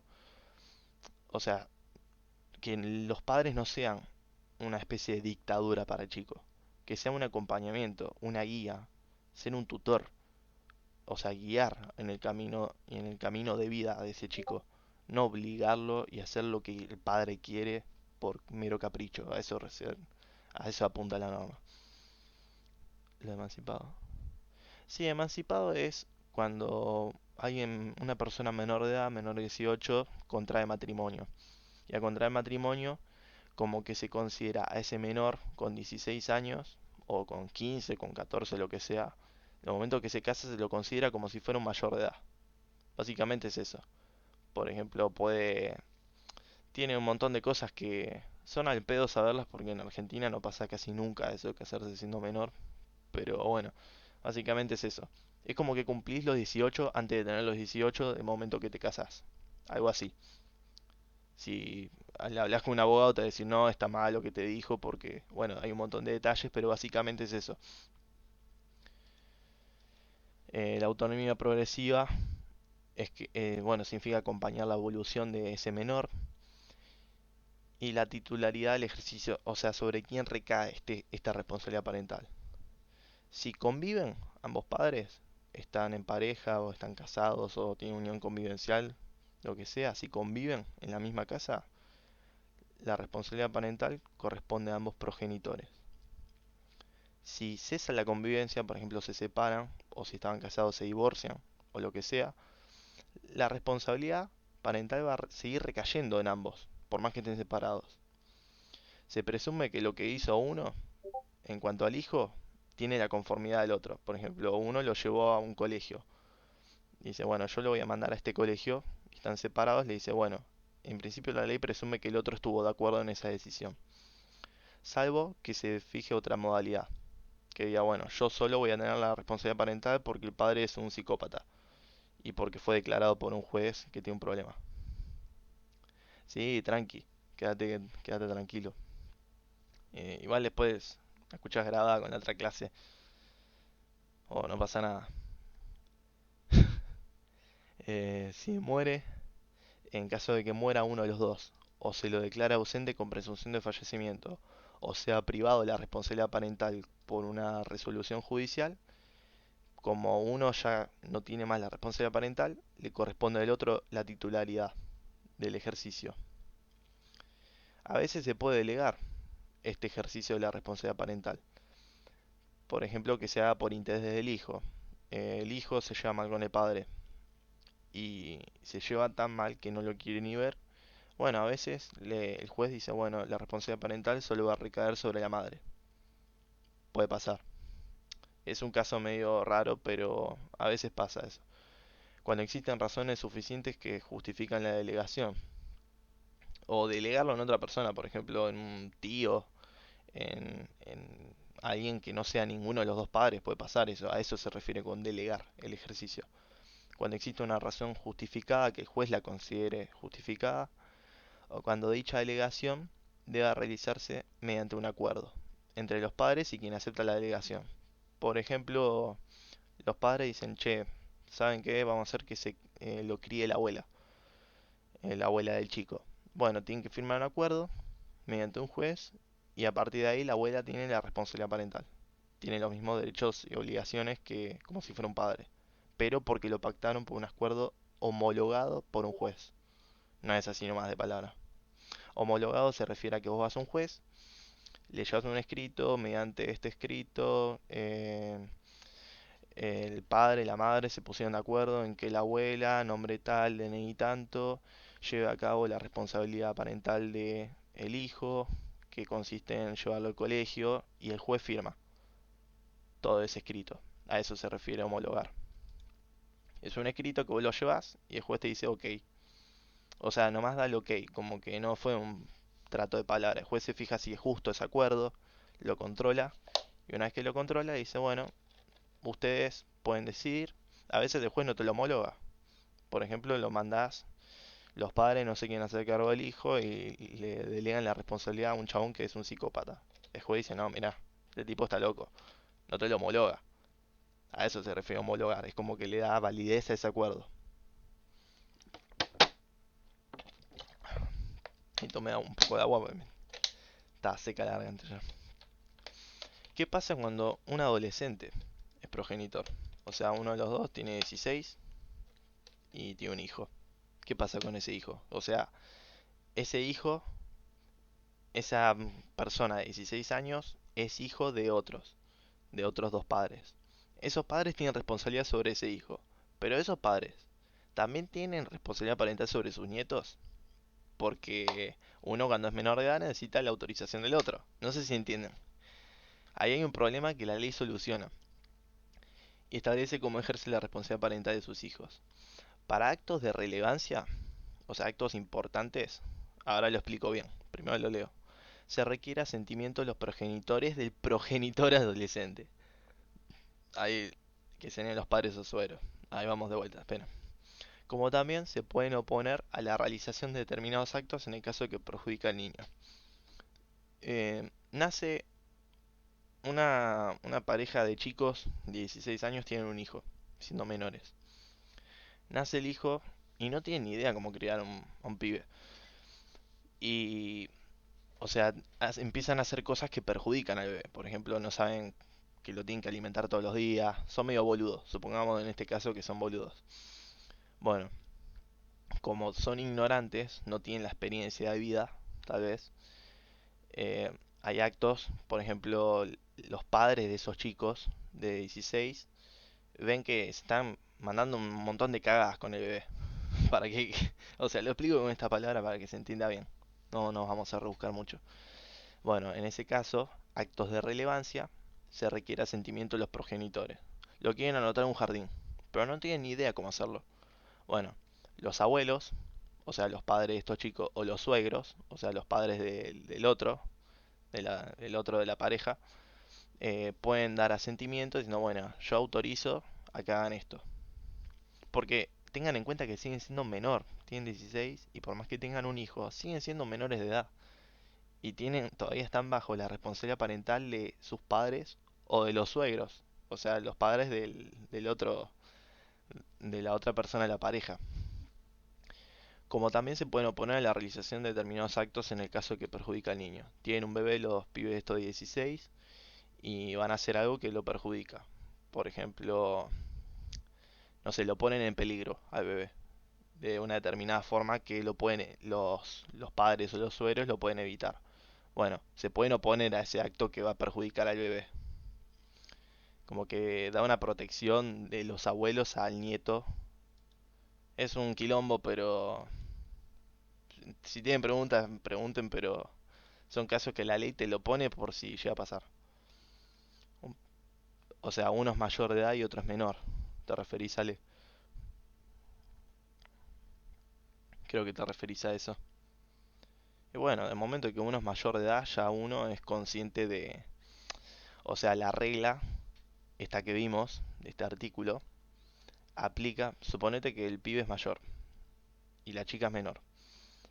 Y por más que el chico es mayor y ya tiene puede ejercer la titularidad de la responsabilidad parental sobre su hijo, la chica sigue siendo menor. Y si hay un acto que pone en peligro a bebé, los suegros del pibe se pueden oponer a ese acto que lo va a poner en peligro. O si requiere un acto importante, llevarlo al hospital y necesitan el consentimiento de los padres para hacer una cirugía en el bebé, van a tener el consentimiento del pibe que es mayor de edad y en el caso de la chica, la firma de la chica, que el consentimiento que es la madre, menor, y de los suegros. ¿Entendés? No sé si quedó claro, pero como que la ley también suple a los suegros, los pone en ese lugar y por más que uno de los dos sea mayor y el otro menor, los suegros tienen opinión en ese caso. Pero está bueno porque vean que la ley cubre todo tipo de casos. No es que cubre responsabilidad parental y listo, no. Cubre hasta este tipo de casos que son bastante especiales. Actos que requieren el consentimiento de ambos progenitores sobre el hijo. Se requiere consentimiento expreso de ambos progenitores para los siguientes supuestos. Autorizar a los hijos adolescentes entre 16 y 18 años para contraer matrimonio. Por ejemplo, vos tenés un hijo que tiene 16 y quiere casarse. Se quiere emancipar, que es lo que expliqué antes. Bueno, para eso requiere consentimiento de los dos progenitores. Los dos padres se tienen que poner de acuerdo para que el hijo se case, porque es menor. Autorizarlo a ingresar a comunidades religiosas, fuerzas armadas o de seguridad. Quiere entrar al ejército siendo 16, a la escuela militar. Necesita el consentimiento de ambos. No basta con el de uno solo. Autorizarlo para salir de la República o para el cambio de residencia permanente en el extranjero. Quiere salir de viaje del país, necesita el consentimiento de ambos. Por eso, viste los casos de viajes, no viaje egresado, pero viajes de intercambio, esas cosas que hay un quilombo, siempre se escucha que necesitan el consentimiento del padre, bueno, a esto se refiere. Tenés que ir a un juez de paz, que es como si fuera un escribano, que te firma un permiso, te dice autorizo a mandar a mi hijo, o viste en el colegio necesitabas el consentimiento de tu papá cuando ibas de excursión, bueno, algo así parecido para salir de país, pero firmado por un juez de paz o por un escribano. Autorizarlo para estar en juicio. Suponete que tu hijo menor de edad no se tiene una demanda, porque puede, o sea, si sos menor de edad, puede ser demandado y puedes demandar siendo menor de edad. Un juicio, no sé, qué sé yo, laboral. Entró a laburar en McDonald's siendo menor de 16, que se permite, y lo despiden a los 17. Bueno, los padres pueden representar al hijo. Administrar los bienes del hijo, excepto que se haya delegado la administración a un curador, por ejemplo, que es una persona que se dedica a administrar o a un tutor. ¿Viste cuando hablan eh, quiénes son tus representantes legales? Puede ser tu papá biológico, como también puede ser un tutor, una persona designada para cuidarte. Bueno, para administrar los bienes de tu hijo, suponete que a los 16 ya te compraste un lote. Te dedicaste al trading, juntaste un montón de plata y te compraste un lote teniendo 16. Bueno, en principio lo controlas vos, pero también lo administran tus papás, tus bienes, porque sos menor de edad, o un tutor que tengas a cargo. Si uno de los progenitores no da su consentimiento o media imposibilidad porque no puede brindar el consentimiento, el juez resuelve teniendo en miras el interés familiar y el interés del niño. Cuando el acto involucra a hijos adolescentes, es necesario consentimiento de los padres y del adolescente, porque como oímos, la ley respeta la autonomía del menor de edad y el interés superior del niño, y mientras va creciendo más actos puede realizar, y bueno, por eso el juez da prioridad a un chico de 16 que dé su consentimiento que dé un consentimiento a un chico de 10 años, porque considera que el de 16 tiene más criterio para decidir sobre un acto que un chico menor. Deberes y derechos de los progenitores. ¿Cuáles son las obligaciones de ser un papá? Cuidar del hijo, convivir con él, no es que dejarlo todo el día en la casa, salvo que tenga una niñera, por ejemplo, o alguien que contratas para que viva. Pero en principio es cuidar al hijo, prestarle alimentos y educarlo. Considerar las necesidades específicas del hijo, según sus características psicofísicas, aptitudes y desarrollo madurativo. Respetar el derecho de niño y adolescente a ser oído y a participar en su proceso educativo, así como en todo lo referente a sus derechos personalísimos. Derecho personalísimo es, por ejemplo, el cuidado de su imagen, que no es que le saquen foto y lo hagan bullying por todos lados. Derecho a su honor, que si vos estás con tu hijo en la calle y lo insultan, el padre tiene una obligación de protección, el hijo, porque está insultando el honor de la persona del hijo que es indefenso, que no se puede defender. Se refiere a un montón de cosas, como que el padre siempre tiene que cuidar más allá de lo que no puede hacer el hijo. Prestar orientación y dirección al hijo para el ejercicio y efectividad de sus derechos, orientarlo, básicamente. Respetar y facilitar el derecho del hijo a mantener relaciones personales con abuelos, otros parientes o personas con las cuales tenga un vínculo afectivo. se refiere básicamente a ponerle que no se lleva bien con sus abuelos. Vos no lo podés obligar a que se lleve mal con sus abuelos.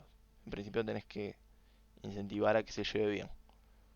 O viste cuando a veces uno de los padres dice, mira, con de la pareja, la mina se lleva mal con sus suegros y no quiere que el hijo tenga contacto con sus suegros. Bueno, el otro padre tiene que decir, no, mira, vos tenés un quilombo con ellos, es tu problema. Mi hijo tiene que tener contacto con sus abuelos. Y la otra obligación es representarlo y administrar el patrimonio del hijo, todos los bienes que tenga y representarlo. La prohibición de malos tratos: está prohibido castigarlo corporalmente, de forma física, o algo que lesione o menoscabe su persona. Por ejemplo, pegarle. Esa cosa está prohibida. Los progenitores pueden solicitar el auxilio de los servicios de orientación a cargo de los organismos del Estado en caso de que el otro no cumpla.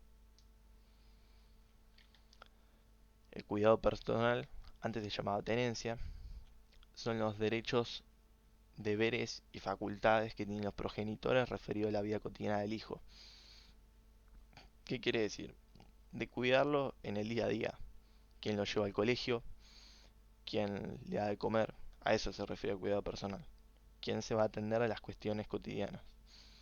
Hay dos clases de cuidado personal. Cuidado personal compartido o biparental, cuando lo ejercen los dos, o cuando uno de los dos cónyuges o de los dos de la pareja, uno solo ejerce el cuidado personal. Uno solo se hace cargo del hijo, el otro se manda a mudar. Se fue a comprar cigarrillo. El chiste ese de siempre. Cuando es compartido por los dos, o sea, los dos se hicieron cargo del hijo y comparten este cuidado, puede tener otras dos submodalidades. Puede ser alternado, cuando el hijo pasa periodos de tiempo, o sea, lo leí primero y ahora lo explico. El hijo pasa un periodo de tiempo con uno y después pasa un periodo de tiempo con otro. Pero, o sea, vive 3 días con el padre, 4 días con la madre. Pero nunca tiene un lugar fijo de residencia. Como que está mitad de tiempo con el papá, mitad con la mamá.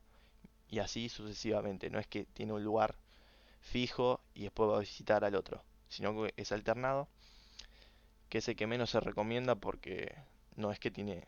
Lo mareás si lo llevas de un lado al otro al pobre pibe. Y la otra modalidad es indistinto. Es que en principio se prioriza que tenga una permanencia en la casa de uno de los dos padres. O sea, por ejemplo, vive con la madre y los fines de semana va a visitar al padre. A eso se refiere la modalidad indistinta.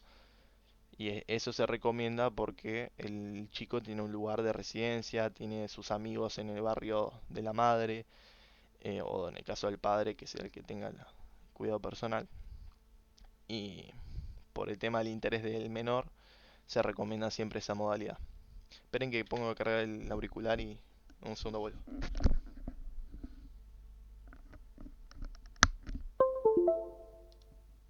Hola, hola.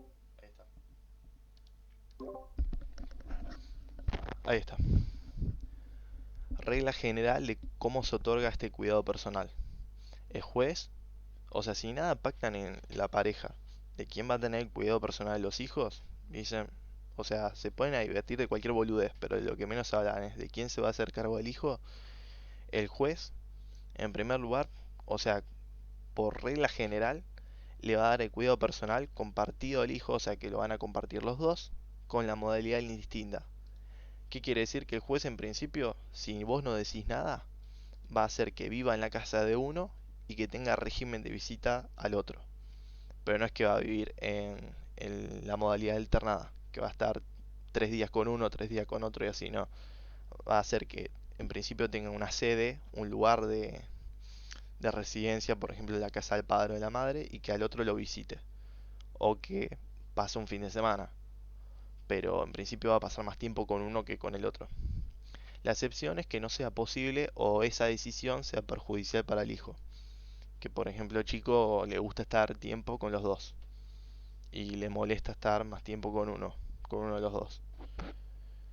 Pero en principio la regla general era esa. Derecho y deber de comunicación. No te jode que tome captura. Sí, sí, sí. Igual, qué boludo. Creo que lo había subido en otro lugar. Para. No, ¿sabes que no lo subí? Para que te lo subo yo. En el canal de eventos te pongo los dos power. Para.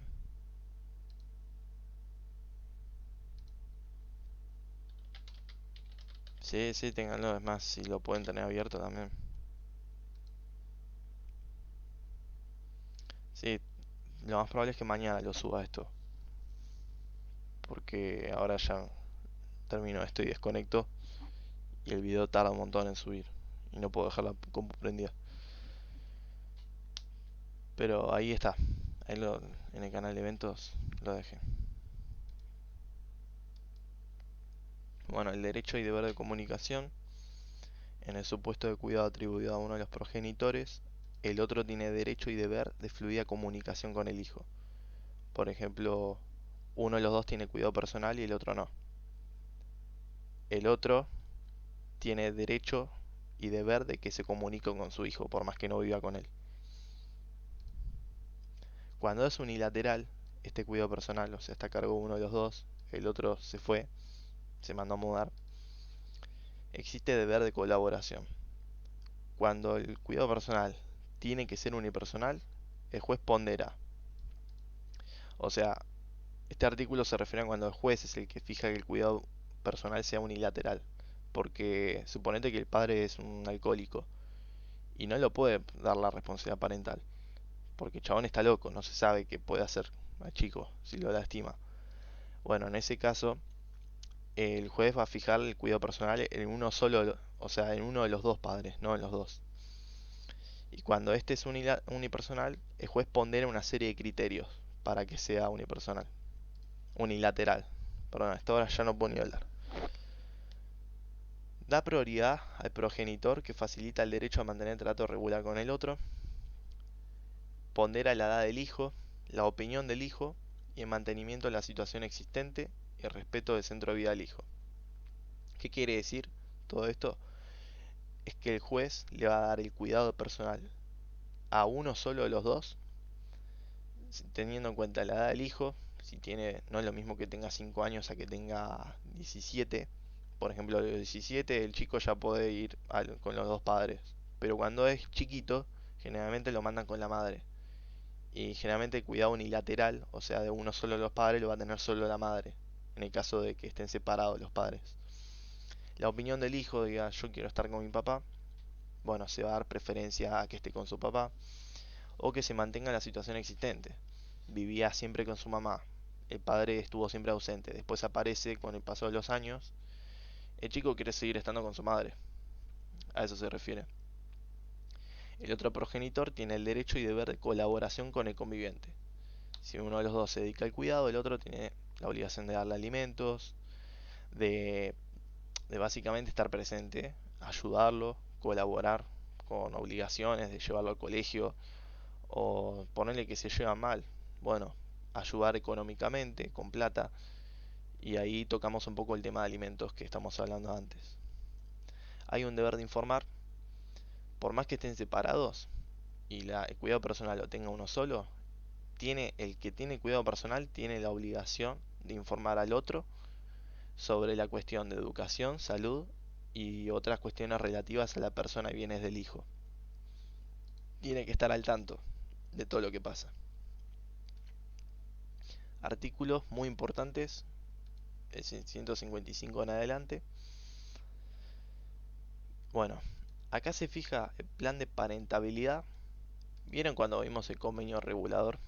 Que es cuando te divorciás, te fija la atribución de la vivienda, qué va a pasar después del divorcio. Bueno, cuando los padres se separan, generalmente esto pasa cuando están separados, para ponerse de acuerdo quién va a tener el cuidado personal, celebran un convenio que se llama plan de parentalidad.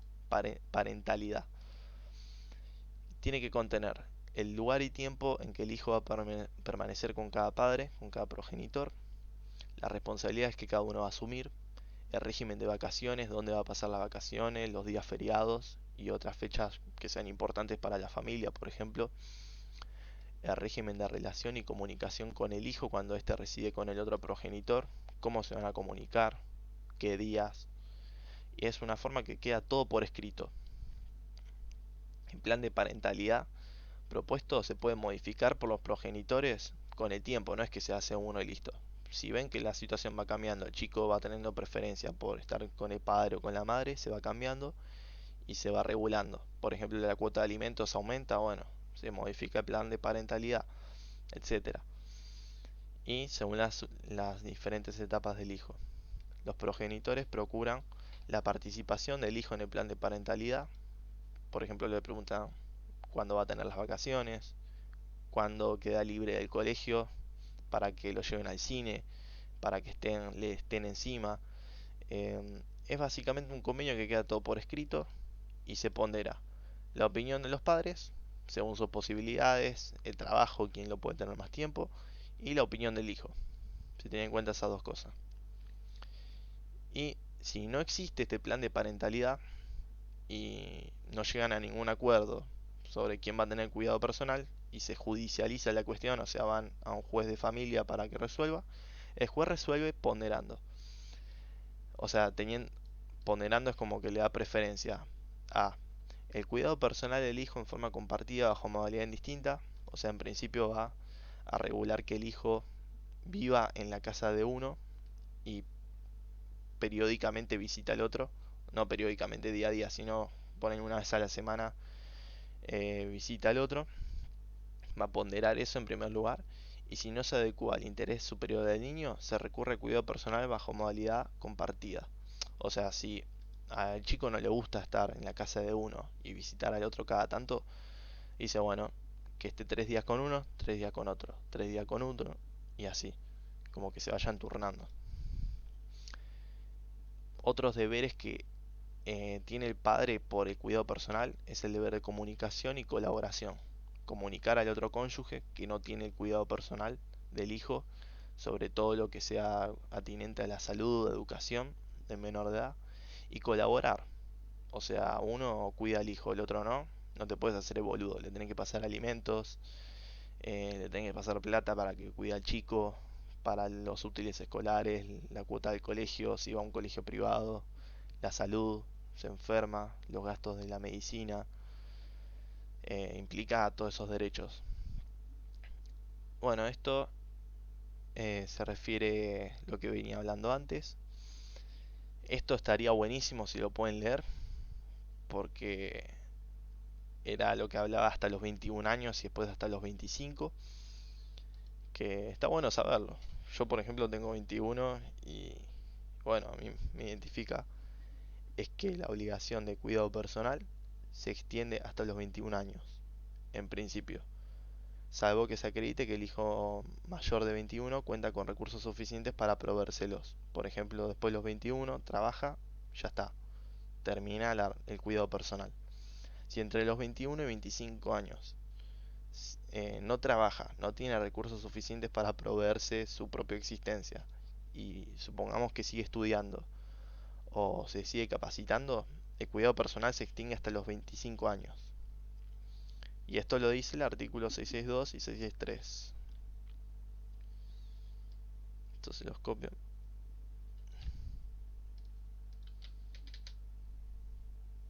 Está bueno tenerlo porque son cosas que uno piensa, bueno, hasta los 18. No, la ley fija hasta los 21 y 25 años. Eh, Cuando el cuidado personal es compartido por ambos padres, igual ingreso cada uno. Esperen que leo primero porque no me acuerdo qué puse acá. Bueno, según lo que gane cada uno, se hace cargo del cuidado del hijo. Si uno de los dos tiene mayores recursos, gana más. Tiene que pasar una cuota alimentaria al otro padre que tiene menos para que el hijo goce el mismo nivel de vida en ambos hogares. Y era lo que te contaba antes. Ponerle que uno de los padres gana 500 lucas y el otro gana 20.000 pesos. Nada. Por tirar un número por decir. Cuando el hijo pasa a vivir en una casa de uno al de otro, va a notar un montón la diferencia. Uno tiene un montón de plata, el otro no. Bueno, para que viva más o menos en la misma calidad de vida, existe la cuota alimentaria, que era lo que debatimos antes. Y por eso la cuota alimentaria depende según de cuánto gane cada uno. Creo que ahí se respondió un poco más de la pregunta. Toca más el tema. No sé si entienden. Tengo 21, estoy de trabajo.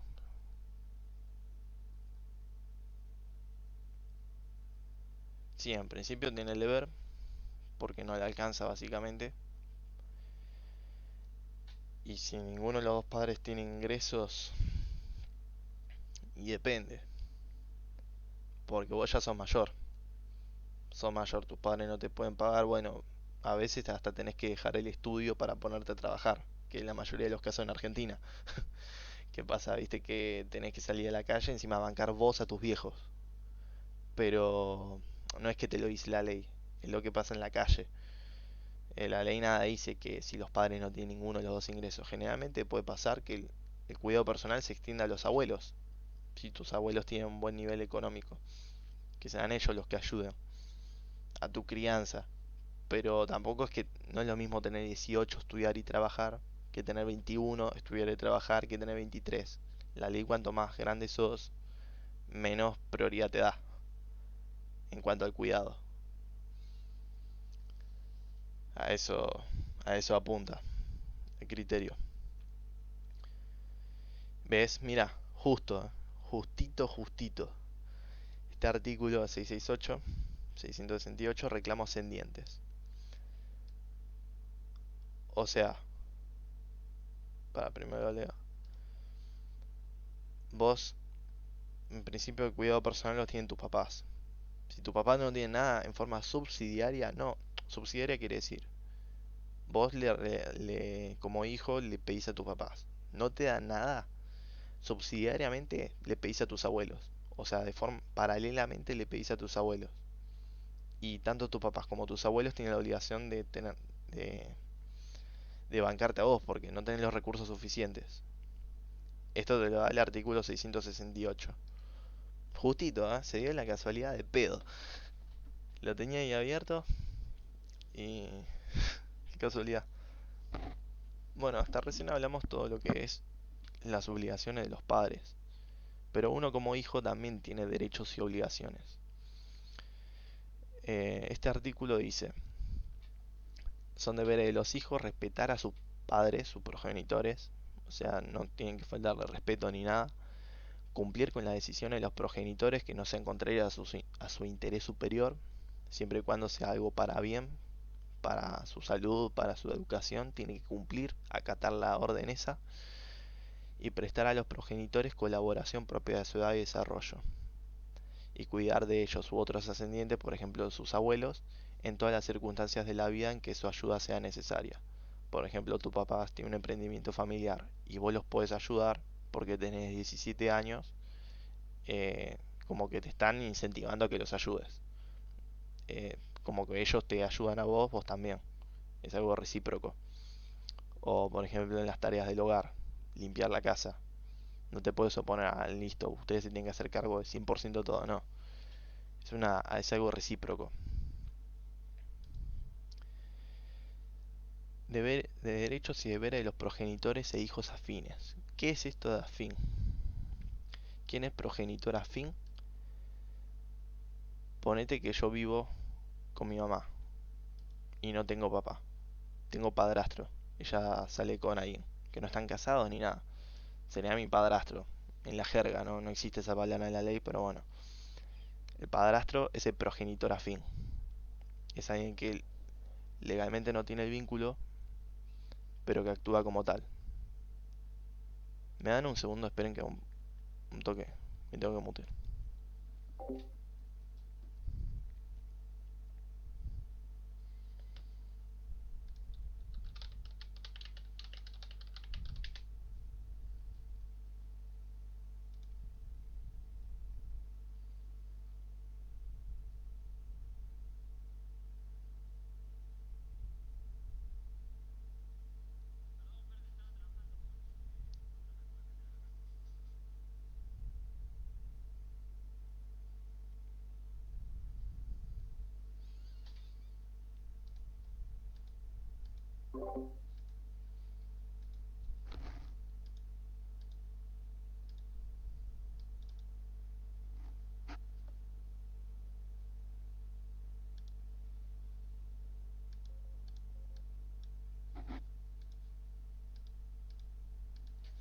Ahí está, volví. Entonces progenitor afín es aquel progenitor que no tiene un vínculo legal de sangre, pero que actúa como tal. Por ejemplo, tenés un padrastro, una madrastra. ¿Qué deberes tiene esa persona? Que vos no sos su hijo y él o ella tampoco es tu papá o tu mamá, pero es la pareja de tu papá o tu mamá. Bueno, en principio, que sería padrastro lo que venía diciendo, esa persona tiene que cooperar en la crianza y educación de los hijos del otro, del que realmente es su padre. Tiene que realizar los actos cotidianos relacionados a la formación en el ámbito doméstico. Por ejemplo, como padrastro o como madrastra tiene que llevarlo al colegio, tiene que cuidarlo, a veces cocinarle, limpiarle la ropa. Poner que el chico tiene 10 años, va al primario, bueno, prepararle la ropita, los útiles escolares.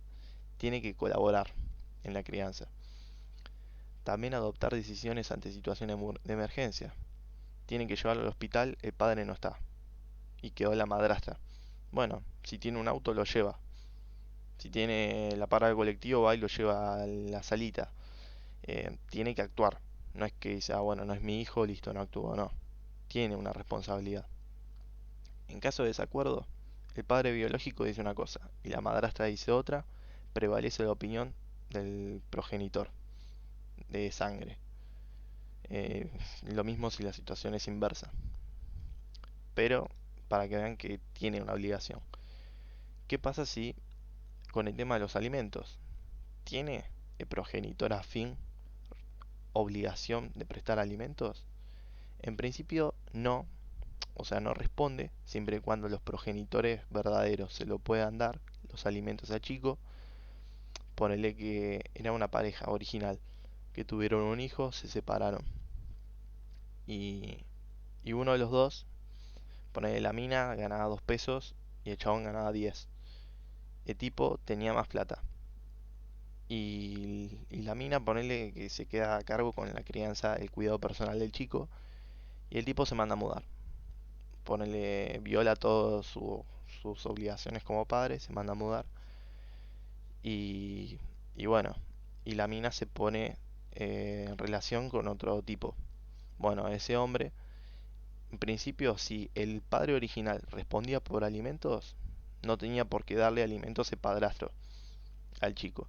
Pero como el otro se fue a mudar y la mina quedó desamparada sola, tiene una obligación subsidiaria. Subsidiaria es que en reemplazo de la otra persona, como la otra persona tenía la obligación principal y desapareció, se mandó a mudar, ahora esta otra persona suple el lugar del progenitor real. A eso se refiere. Cesa su deber de dar alimentos en caso de disolución conyugal o ruptura de la convivencia. Por ejemplo, el progenitor afín, el padrastro, se separa de la mina porque no se le fue infiel. Bueno, al separarse ya no debe alimentos al chico ese, porque no tiene nada, o sea, no están casados, no tienen unión convivencial, nada. Están nomás conviviendo. Perdón, que si es al revés, si es al revés, el hijo se queda con el papá que tiene plata y se encarga de todo del hijo, le puede reclamar a la madre, ayudarlo también a cuidarlo.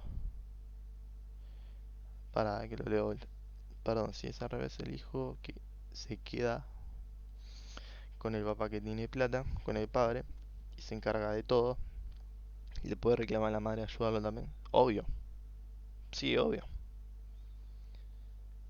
Si es la madre la progenitora, sí, siempre y cuando tenga recursos. Sí, porque es una obligación, no pasa de querer o no. En principio, en sentido económico, sí. O si no es en sentido económico, ponerle que no puede, bueno, ayudar con la crianza. O con los deberes domésticos. Por más que no se lleven, que no se puedan ver en la cara, van a ser socios después de que se separen. Y Sí, es como decís vos, es una obligación, así que no se puede lavar las manos. ¿Y cuándo termina? Etiquetame si mandas algo más, que estoy con la página de internet. ¿Cuándo termina la responsabilidad parental? La responsabilidad parental tiene cuatro formas, tres. Tres, pero admite, el código y la ley admite una cuarta. Primero es la extinción, que es cuando se extingue. La privación, cuando a uno de los dos se lo priva la responsabilidad parental, que ahí lo vemos. La suspensión, a uno de los dos se suspende por un tiempo determinado la responsabilidad parental. Y la rehabilitación, por ejemplo, a vos te suspenden o te privan y después te rehabilitan a que vuelvas a tener la responsabilidad parental. Y ahí vemos uno por uno. Ya estamos terminando. Cuando extingue, primero vamos a ver la extinción. La extinción opera de pleno derecho y por causales que establece la ley, no por mero capricho, sino que la ley dice cuándo va a terminar la responsabilidad parental, la titularidad de la responsabilidad parental, mejor dicho. Y la ley dice, cuando muere uno de los dos progenitores o muere el hijo. Muere un progenitor, obviamente ese progenitor como está muerto ya no tiene responsabilidad. Y muere el hijo, los dos progenitores que siguen vivos ya no tienen responsabilidad porque pobres se le murió el hijo. Por la profesión de progenitor en instituto monástico. ¿Qué quiere decir? Uno de los dos se hace monje. O, ¿viste la carrera para ser cura? No se me sale, pero es un instituto monástico. Bueno, básicamente ese tipo de profesiones por un tema interno, yo desconozco el tema, pero es algo muy particular que la ley cubre, eh, termina la responsabilidad parental porque se va a dedicar exclusivamente a vivir en ese instituto. Por ejemplo, las monjas que viven en el, ¿cómo se llama? Monasterio. No me acuerdo bien. Pero bueno, a eso se refiere. Cuando el hijo alcanza la mayoría de edad, se extingue la responsabilidad parental. Cuando se emancipa, se casa siendo menor de edad. O por adopción del hijo por un tercero. Por ejemplo, los padres no pueden mantener al chico y lo ponen en adopción. Bueno, en el momento que lo adopta otra persona, termina la responsabilidad parental. Y bueno, esto no importa porque tenemos que ver adopción para entender este párrafo. También se puede privar. La responsabilidad parental se refiere a una acción o omisión reprochable de los progenitores de gran gravedad. Por ejemplo, no le dan de comer al menor de edad. Eso es algo que no es un detalle menor, sino que uno de los dos, por ejemplo, el cuidado personal lo tiene la madre y el padre le deja al chico toda la semana. Y la mina no le dice nada, pero se hace la boluda y no le da de comer al pobre chico. El tipo se entera, va ante un juez y priva de responsabilidad parental a la madre. A eso se refiere, cuando hay una acción u omisión que es reprochable de gran gravedad hacia los progenitores. También se puede suspender del ejercicio la responsabilidad parental. Es por un tiempo determinado, por una determinada causa que también es grave. O sea, es cuando te mandaste una cagada, ahí te suspenden. Em, en cuanto a la privación que vimos, que te privan de la responsabilidad parental, hay unas causas que están fijadas por ley. Unas requieren una sentencia judicial para que se efectúe la privación, o sea que el juez diga que te tiene que privar y a partir de ahí quedas privado de la responsabilidad parental. Y otro tipo de privación que se produce de pleno derecho, que de momento que realizas una de las causas que dice la ley que vamos a ver, a partir de ahí ya quedaste privado, sin que el juez tenga que dictar nada, ya por el solo hecho de hacer esa conducta ya quedas privado, que básicamente es cuando cometes un delito contra el hijo, pero ahí lo vemos. Cualquiera de los progenitores queda privado de la responsabilidad parental por ser condenado como autor, coautor, instigador o cómplice de un delito doloso contra la persona o bienes del hijo. Por ejemplo, intentas matar a tu hijo. A partir de ahí quedaste privado de la responsabilidad parental y el juez tiene que dictar en este caso que quedes privado, porque se tiene que probar, una persona es inocente hasta que se demuestre lo contrario, por eso. CCN es Código Civil y Comercial de la Nación. Comercial de la Nación, que es la ley que estamos viendo, ley 26.994. que es básicamente el Código Civil que estamos trabajando acá. Es donde está todo lo que vimos, divorcio, todo, lo vimos en la clase de hoy con el Código Civil y Comercial. Es la abreviatura, porque me dio paja escribir. Si abandona al hijo o lo deja en un total estado de desprotección, por ejemplo, ¿viste esa gente que lo deja tirado en la calle? O vas por la ruta, abrís la puerta y lo dejas ahí en la ruta. Esa gente de mierda, bueno, esos casos de momento que se cometes eso y se prueba que cometiste ese hecho, aún ponele que lo dejaste en la casa de la madre y te mandaste a mudar, te fuiste a comprar cigarrillo, como dice el meme, a partir de eso quedas privado de la responsabilidad parental. Cuando pones en peligro la seguridad, salud física o psíquica del hijo, o cuando se declaró el estado de adoptabilidad del hijo, lo pusieron en adopción, ya a partir de ahí deja de ser el padre. Y después este, que es un artículo nuevo, que dice cualquiera de los progenitores queda privado de pleno derecho de la responsabilidad parental. De pleno derecho es que de momento que cometes esto que vamos a ver ahora, cometiste una de estas acciones, ya de por sí automáticamente deja de ser el padre. Que es cuando sos condenado como autor, coautor, instigador o cómplice de delito de homicidio agravado, o sea, mataste a una persona, la ley desconfía que como mataste a una persona, no puedes seguir cuidando a un menor de edad por el hecho de matar a una persona. Sos condenado como autor, coautor, instigador o cómplice de delito de lesiones contra el otro progenitor, por ejemplo, una pareja. Ah, perdón. ¿Viste que dije condenado como autor por matar a una persona? Bueno, cuando matás al otro progenitor, no a cualquier persona en sí. A eso se refiere. Ahí te respondo, Ale. Para que termino, porque eso es volver antes. Y que está buena la pregunta. Ahí te la respondo, para. Cuando sos condenado como autor, coautor, instigador de delito contra la integridad sexual. Por ejemplo, un abuso sexual contra el hijo o hija. La privación se opera cuando hubo grado de tentativa, que no, o sea, intentaste hacer una de estas acciones, no la llevaste a cabo completamente, pero lo intentaste. El solo hecho de intentar ya te priva de la responsabilidad parental. También la responsabilidad parental se puede rehabilitar. A vos te privan, dejas de ser el padre y después volvés a hacerlo. Y todo esto por sentencia judicial. También existe la suspensión del ejercicio. Se puede suspender por un determinado motivo. Por ejemplo, te declararon ausente con presunción de fallecimiento, que esto lo expliqué en la clase pasada. Eh, es muy largo, así que lo doy por entendido, pero después se los explico en un audio, cualquier cosa. Que básicamente vos te fuiste, sos marino, te fuiste a trabajar y el barco, ponele, quedó en naufragio, se perdió y te declaran muerto porque suponen que no saliste vivo de esa. Por ese tiempo de que vos te declaran ausente con presunción de fallecimiento, por ese tiempo termina la responsabilidad parental. Dejas de ser padre.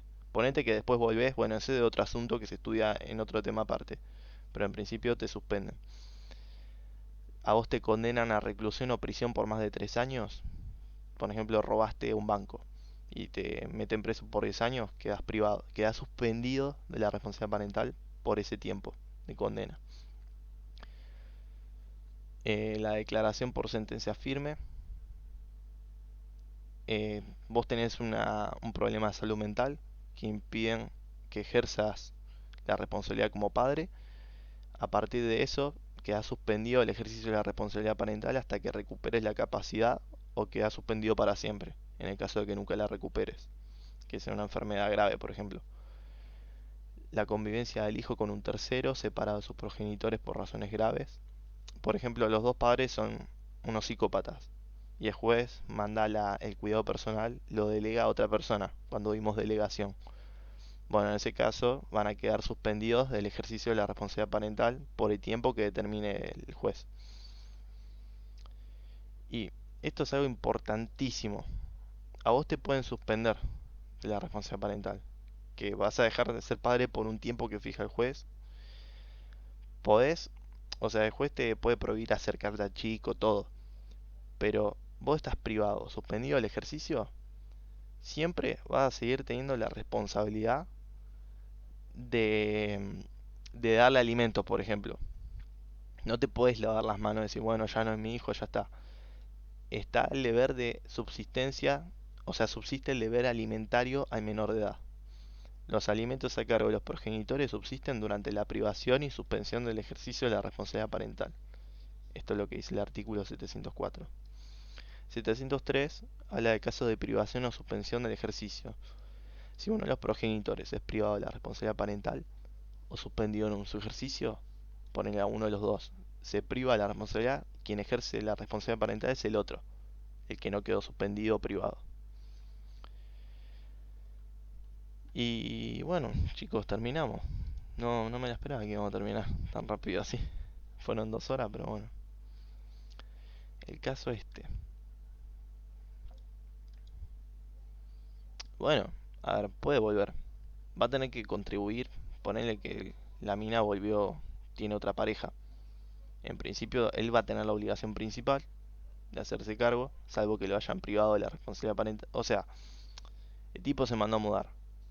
Lo privaron de la responsabilidad parental, va a seguir teniendo que bancar al chico. Esa es la respuesta. Así que nada. Bueno, eso fue todo, me parece. A ver si queda algo más. No, no, ahí vimos todo. Bueno, esperen que tengo que escribirlo. No puedo hablar.